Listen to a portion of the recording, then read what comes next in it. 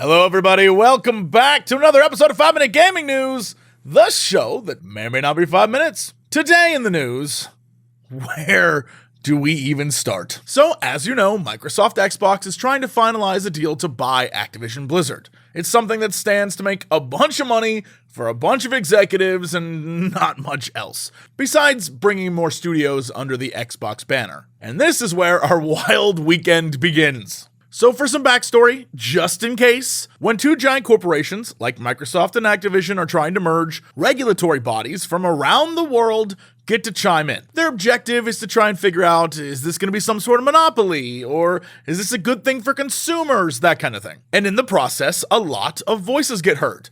And in Brazil, the official questioning about the merger has brought some interesting feedback from Sony. According to Video Game Chronicle, who transcribed the text, Sony is worried that the Call of Duty franchise influences users' console choice so much because the game has no rival in the space. According to a 2019 study, the importance of Call of Duty to entertainment in general is indescribable, the company said. The brand was the only video game IP to break into the top 10 of all entertainment brands among fans, joining powerhouses such as Star Wars, Game of Thrones, Harry Potter, and Lord of the Rings. Although, point of order, I feel like we should update that Game of Thrones one, because I don't know how accurate that is these days. They then go on to mention the amount of time and money and resources that go into making each Call of Duty game, and say no other developer can devote the same level of resources and expertise in game development. Even if they could do that, Call of Duty is overly entrenched so that no rival, no matter how relevant they are, can catch up. And while the article does confirm that the next 3 Call of Duty games will be released on PlayStation,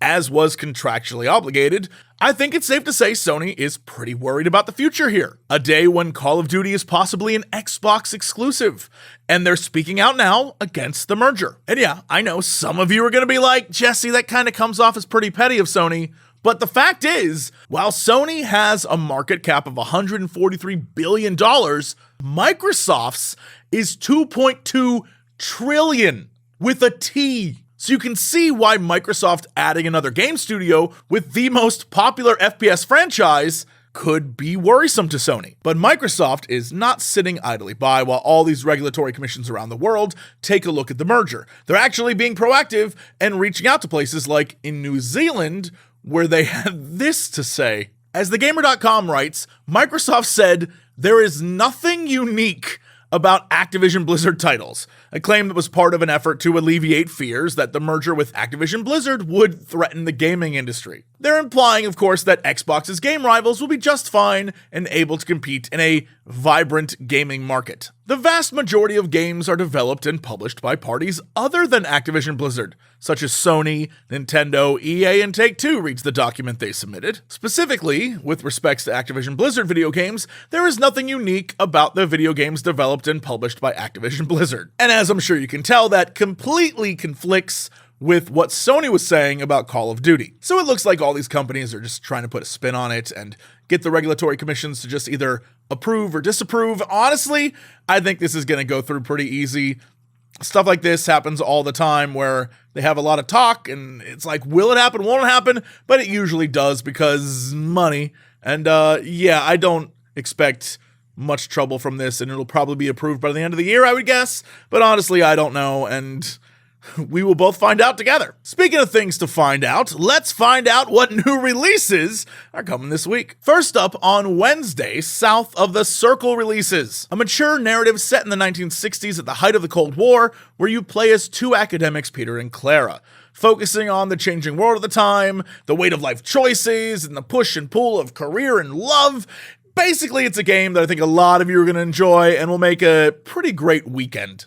Meanwhile, on Thursday, on the complete other end of the video game spectrum, Turbo Golf Racing hits Xbox and PC with its Rocket League-inspired gameplay, except, it's golf, and honestly, I'm totally here for it. With up to 8 players online, this arcade-style insanity is definitely going to make the rounds on Twitch.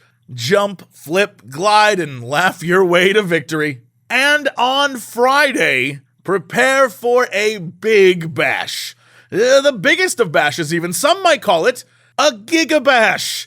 the multiplayer kaiju brawler where you vie for the title of King Among Titans. Inspired by the giant film monsters of yesteryear and the good old-fashioned fun of destructible environments, this game looks like a freaking riot, and I am excited to play. As a wise man once said, let them fight. Speaking of the wise, everyone over on patreon.com/Jesse Cox is pretty wise. Yeah, see? Including Chloe D, Nordwing, and Joe P. 1984.